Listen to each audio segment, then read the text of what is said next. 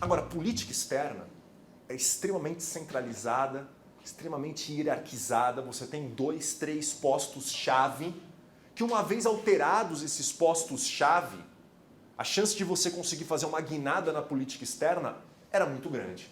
E é isso que o Gorbachev vai fazer. Ele muda o ministro das Relações Exteriores e coloca um aliado muito próximo do ponto de vista ideológico, tá? E dentro do Comitê Central havia 2 departamentos focados com relações internacionais, com política externa, e ele reestrutura também esses 2 departamentos do Comitê Central. Então, para além desse aspecto pragmático de liberar recursos militares para investir na economia, começar pela política externa também era racional, porque parecia ser mais simples por envolver menores mudanças do ponto de vista da estrutura do Estado. Tá? Muito bem. A segunda fase é o período que vai aí de 86 até o final de 87, quando a gente vai ter a União Soviética partindo para maiores concessões internacionais, sobretudo na questão do desarmamento. Né? Desde 85, o Reagan e o Gorbachev encontram-se em todos os anos do segundo mandato do Reagan. Eles se encontram em 85 em Genebra, eles vão se encontrar em 86 na Islândia, vão se encontrar em 87 em Washington e vão se encontrar em 88 em Moscou. Tá? Inclusive, a visita do Reagan a Moscou é extremamente simbólica por vários aspectos. Então, eles se encontram em todos os anos. E nesse segundo período, particular em 87, começam a aparecer acordos de desarmamento nuclear expressivos, como, por exemplo, a opção 0 que eu comentava anteriormente com vocês. Assina-se um tratado na Convenção de Washington, no final de 87, estipulando que tanto os Estados Unidos quanto a União Soviética retirariam todos os mísseis de alcance intermediário que eles tinham dentro da Europa. Ou seja, mísseis com alcance aí de 500 quilômetros a mais ou menos 5.000 quilômetros. Mísseis de pequeno alcance continuariam, tá? Mas já é um passo, uma evolução impressionante acabar com todos os mísseis de alcance intermediário. Outra coisa que a União Soviética cede, logo no início de 88, entra um pouquinho para além dessa segunda fase, Gorbachev aceita inspeções in loco das instalações nucleares soviéticas, coisa que os Estados Unidos demandavam historicamente, a União Soviética nunca aceitava. Tá? E aí você me pergunta, bom, mas o fato da União Soviética ter aceitado a opção 0, desta vez, coisa que não aconteceu no encontro na Islândia, isso significa que os Estados Unidos abandonaram o programa de defesa antimísseis? Isso que é o mais impressionante. Não. Os Estados Unidos não abandonam o programa de defesa antimíssil. Tá? E há um debate do porquê que o Gorbachev, mesmo assim, leva a questão adiante. Tá? Há alguns autores que colocam que cientistas soviéticos teriam chegado à conclusão de que o programa de defesa antimíssil norte-americano, além de demorar muito para ser implementado, ele seria, no final das contas, ineficiente. Ele não conseguiria criar um escudo antimíssil suficientemente seguro para os Estados Unidos. Mas mesmo assim, o fato da União Soviética ter cedido sem que a principal demanda militar de segurança para com os Estados Unidos tivesse sido colocada em prática é bastante simbólico. Agora, para além dessa questão das reformas do ponto de vista externo, a segunda fase é marcada por um início de processo de reformas domésticas, tanto no plano econômico quanto no plano político. E aqui eu destaco reformas, sobretudo nas empresas estatais, e reformas no sentido de liberalização política. Uma coisa importante, as reformas econômicas que o Gorbachev implementa na União Soviética, todas as reformas, apesar de terem sido significativas, elas ficaram no meio do caminho. Caso clássico é o das reformas sobre as empresas estatais. Então, a lei de empresas estatais de 87, por exemplo, ela passa a permitir com que as unidades econômicas tivessem maior liberdade para decidir o que produzir e em qual quantidade produzir, e mesmo como produzir, método de produção. Então há uma descentralização da estrutura produtiva, dando às unidades estatais maior autonomia decisória sobre o que, quanto e como produzir. Tá? Só que essa reforma extremamente importante, ela não foi acompanhada no curto prazo por uma reforma nos preços. Então, os preços na União Soviética, até o Gorbachev sair e cair do poder, continuam sendo preços administrados, preços tabelados, preços que não refletem forças de mercado, que não refletem escassez ou abundância relativa de determinados produtos no mercado. Então, uma unidade econômica, se ela decide ampliar a produção de um determinado tipo de sapato, ela não vai decidir isso porque o preço do sapato está aumentando no mercado, porque os preços são administrados. Tá? Havia um temor muito grande de que a liberação dos preços, o fim dos subsídios às empresas estatais, pudesse gerar uma hiperinflação na União Soviética. Esse teria sido o principal motivo pelo qual, né, as reformas econômicas ficaram no meio do caminho. Mas elas acontecem, porém, como eu coloquei, ficam no meio do caminho. Tá? Agora, o que realmente chama atenção, e nesse sentido a coisa ganha uma profundidade muito maior, são as reformas no campo político. Tanto a questão da liberalização política e, como a gente vai ver daqui a pouco, um processo de democratização do Estado soviético. Sobre liberalização política, né, eu queria destacar algumas questões. E, sobretudo, após Chernobyl, elas ganham maior ênfase. Maior transparência sobre questões públicas. Gorbachev passa a relaxar regras para publicações, inclusive relaxar regras para artes em geral, teatro, cinema. Há um processo de liberalização das artes em geral na União Soviética a partir de 86. Há um processo de retorno de exilados, sobretudo intelectuais, que estavam fora da União Soviética, recebem permissão para retornar, e isso vai ser muito importante para o renascimento da sociedade civil soviética, sobretudo em 88, 89. Vários desses intelectuais, escritores, não apenas da área de ciências humanas, você tem um físico extremamente importante, o Sakharov, que vai liderar uma associação fundamental em 88, que vai ter um papel importantíssimo na pressão, né, contra grupos de dentro do Estado. Então, retorno de exilados e um ponto fundamental, a permissão para a criação de associações civis desvinculadas do partido. Qualquer tipo de associação na União Soviética, mesmo que fosse uma associação para um esporte específico, associação artística, qualquer tipo de associação tinha que ter um vínculo oficial com o Partido Comunista. A partir de agora, dentro desse conceito de crítica construtiva, de dar uma abertura para a sociedade, ter transparência sobre questões públicas e poder criticar de maneira construtiva essas questões públicas, começam a surgir associações desvinculadas e desassociadas ao Estado, do Estado. Muitas dessas associações elas não tinham teor político. Como eu disse, eram associações, né, de cunho artístico, de cunho esportivo, né, recreativo e assim por diante. Então, muitas delas não tinham esse caráter político, mas muitas vão ter um caráter político.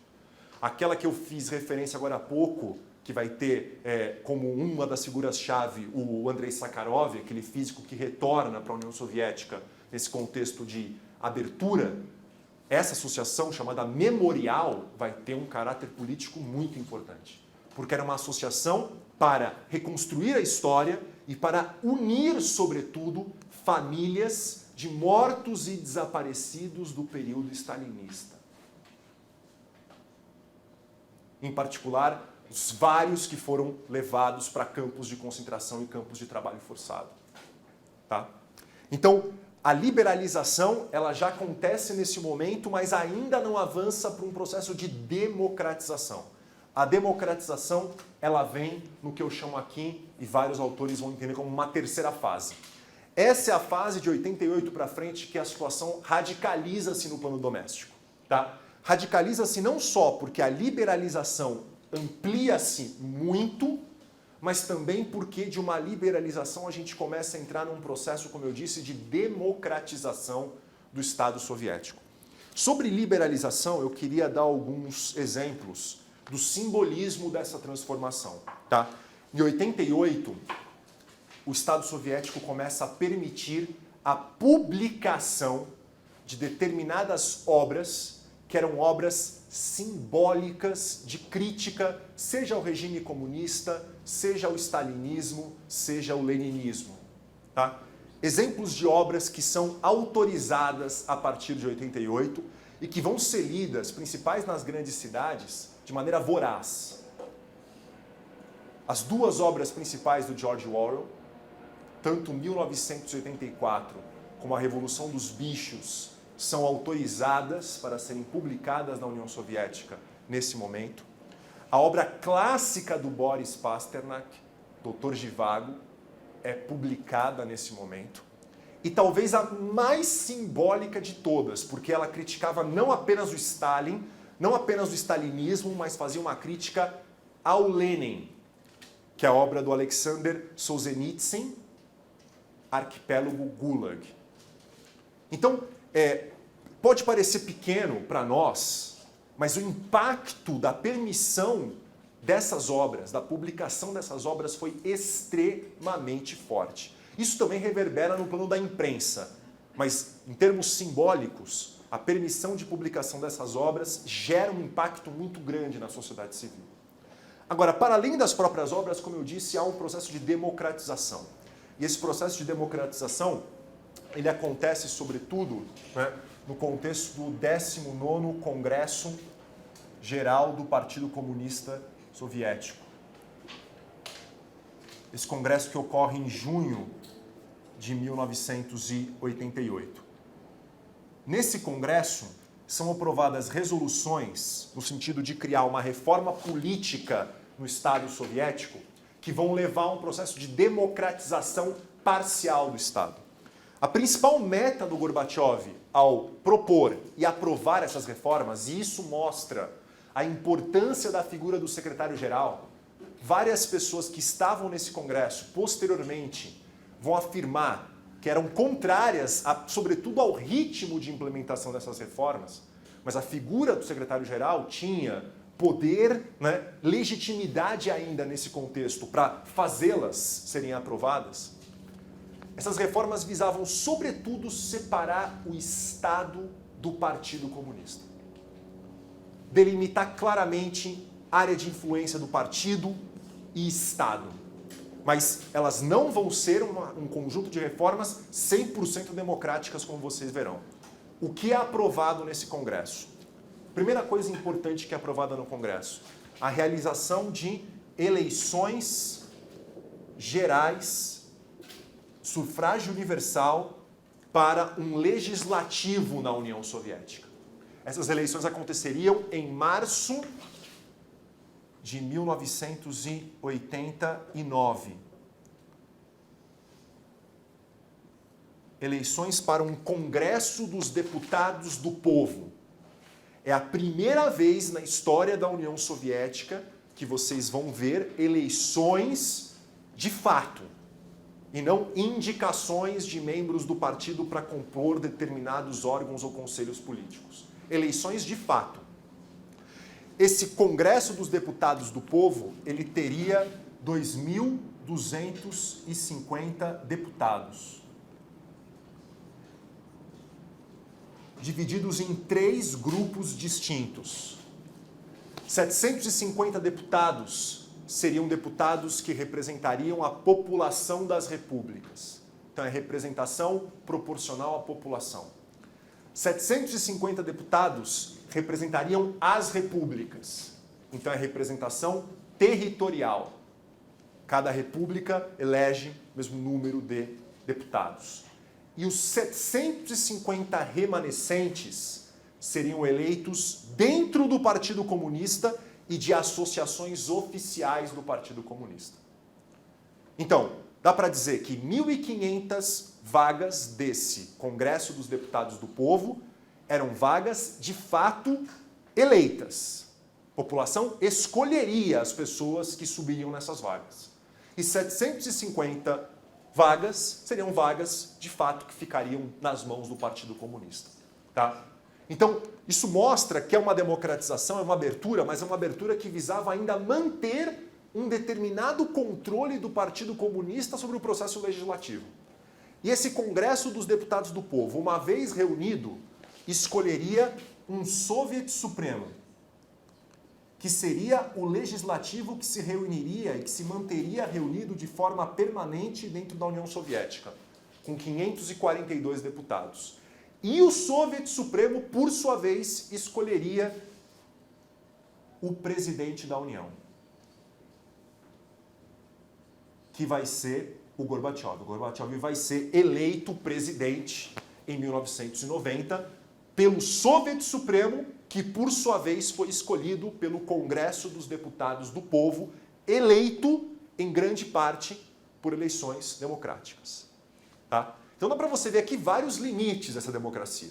Questão de você ter membros do partido dentro do Congresso dos Deputados do Povo, de você ter eleições indiretas para um legislativo e para um presidente dessa união, o fato de não terem sido eleições multipartidárias, não se permitem a criação ou as criações de partidos políticos de oposição.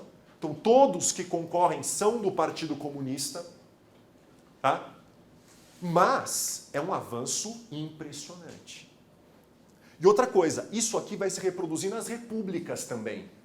Os parlamentos das repúblicas também vão ser eleitos e vão surgir líderes dentro desses parlamentos e presidentes, né, dentro das próprias repúblicas. Então, esse processo que se dá em nível da própria União vai se reproduzir em nível local. Local, eu digo, nas próprias repúblicas da União Soviética, inclusive na Rússia, inclusive dentro da própria Rússia. Agora, o que chama mais atenção disso é que as reformas que vão levar a essa eleição de março de 89, elas aniquilam, elas destroem o princípio do centralismo democrático-leninista. O que estabelecia o princípio do centralismo democrático-leninista? Divergência de pensamento, unidade de ação.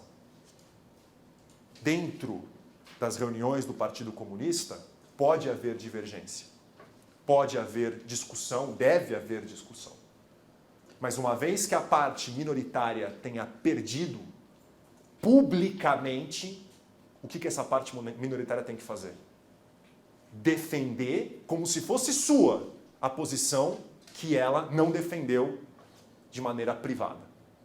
Ou seja, no mundo público, um membro do partido defende posições praticamente iguais uns aos outros, mesmo que em discussões privadas possam existir, e muitas vezes, evidentemente, existia divergência. O fato de você ter, com enorme repercussão pública, candidatos do mesmo partido debatendo publicamente entre si e discordando publicamente entre si foi uma coisa extremamente revolucionária. Pra vocês terem uma ideia, quando o Congresso dos Deputados do Povo se reuniu, as reuniões elas eram televisionadas. E foi necessário diminuir o tempo de televisionamento dessas reuniões, porque houve estudos que mostravam que a produtividade no trabalho havia caído enormemente. As pessoas só queriam assistir os debates. Desesperadas, ansiosas para assistir os debates públicos no parlamento soviético. Então, não podemos subestimar o impacto dessas reformas, mesmo que tenham sido reformas, do ponto de vista democrático, parciais. E a última fase é a fase da desintegração da União Soviética. É um momento em que o Gorbachev se isola politicamente. A partir de 90, o Gorbachev passa a receber crescentes críticas, tanto à direita quanto à esquerda.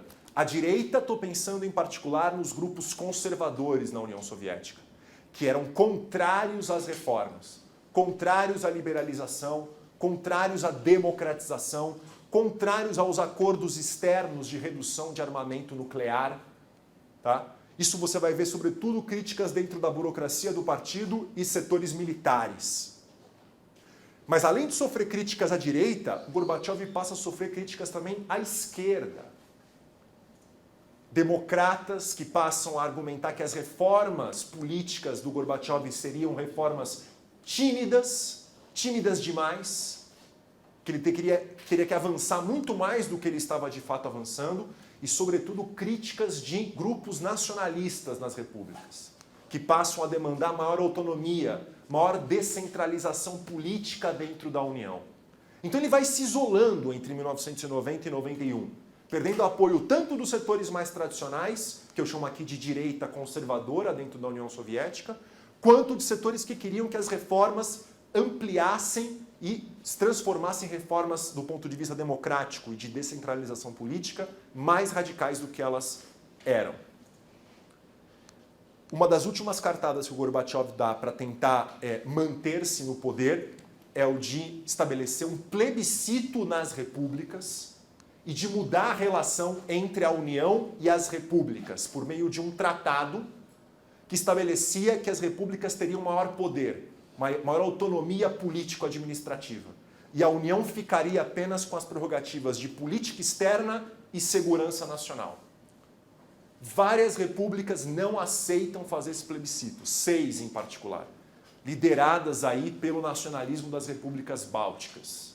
Mas 9 das demais repúblicas fazem o plebiscito, e o plebiscito é aprovado, ou seja, o novo tratado de relação da União com as repúblicas é aprovado nessas 9 repúblicas. O tratado iria entrar em prática no dia 20 de agosto de 1991. Ou seja, essa era a data, e perceba que esse é o momento em que as transformações na Europa Oriental já tinham ocorrido e que reverberam dentro da União Soviética, né, por revoltas nacionalistas. Nesse momento, o tratado entraria em prática e, portanto, a União das Repúblicas Socialistas Soviéticas se transformaria em União das Repúblicas Soberanas Soviéticas. Um dia antes do tratado entrar em prática, dia 19 de agosto de 1991, acontece um golpe na União Soviética. Gorbachev é preso e a elite mais conservadora dentro da burocracia e, sobretudo, dentro do setor militar, toma o poder e decreta nulo o tratado, e certamente essa seria a primeira de várias mudanças em política doméstica e política externa que esse grupo implementaria caso de fato continuasse no poder por mais tempo. Mas o golpe não dura mais do que 3 dias. E não dura mais do que 3 dias por quê? Um dos motivos é que os golpistas focaram muito sua atenção no Gorbachev e no grupo em torno do Gorbachev. E focaram menor atenção nos nacionalistas das repúblicas. Em particular, em um líder nacionalista extremamente importante e que em 91 havia se transformado numa figura de enorme popularidade, mais popular que o próprio Gorbachev, e que vai utilizar o golpe contra o Gorbachev como um momento perfeito para ascender politicamente, mais do que ele já havia ascendido, e minar a União Soviética. Eu estou falando do presidente da República Russa, eleito para o parlamento russo e que vai ser eleito presidente do país, da República Russa, Boris Yeltsin. Só que o Boris Yeltsin, diferentemente do Gorbachev, que vai ser eleito pelo Soviet Supremo presidente indiretamente, ele vai ser eleito presidente da República Russa diretamente. Ele era uma das lideranças que batia na tecla sobre a necessidade de aprofundar as reformas. Mais democracia, reformas que criassem uma economia de mercado de fato, liberalização dos preços, privatização das empresas estatais e assim consecutivamente. O Yeltsin vai liderar a resistência contra os golpistas, vai inclusive, né, criar um bunker no palácio presidencial e no parlamento russo. E em 3 dias, devido à divisão que existia dentro dos militares, os golpistas desistem e acabam recuando. E isso é um golpe muito forte contra o Gorbachev. Tanto é que, a partir do golpe, várias repúblicas começam a proclamar independência. Algumas já tinham feito isso, mas a proclamação de independências cresce a partir do golpe malogrado de agosto de 91, quando a Ucrânia, a segunda maior república, proclama independência no início de dezembro, e Ucrânia, Rússia e Bielorrússia declaram-se uma nova comunidade, que é uma comunidade de estados independentes, e quando, a partir dessa declaração da tríade, outras repúblicas ingressam na comunidade de estados independentes, que nada mais é do que uma comunidade muito solta você não vai ter moeda comum, você não vai ter política externa comum, você não vai ter exército comum. Então seria algo muito distinto do que essa União das Repúblicas Soberanas Soviéticas. Diante dessa fuga em massa das repúblicas lideradas e com uma grande participação da própria Rússia, a União das Repúblicas Soberanas Soviéticas não tinha condição de continuar existindo. E no Natal de 91, o Gorbachev renuncia formalmente ao cargo. Eu queria agora colocar essas discussões que eu fiz com vocês do ponto de vista esquemático, trazendo sobretudo as contribuições de um historiador chamado Silvio Pons, que eu acho que é interessante para a gente pensar essa cronologia de uma outra forma. O Silvio Pons tenta entender a motivação por detrás das reformas do Gorbachev, tendo como foco 3 grupos de interesses principais. A burocracia e os militares, a burocracia do Partido Comunista e os militares, a sociedade civil e a comunidade internacional, sobretudo lideranças internacionais. Tá? O que o Pons e outros autores colocam? Que, inicialmente, as reformas econômicas e as concessões que o Gorbachev faz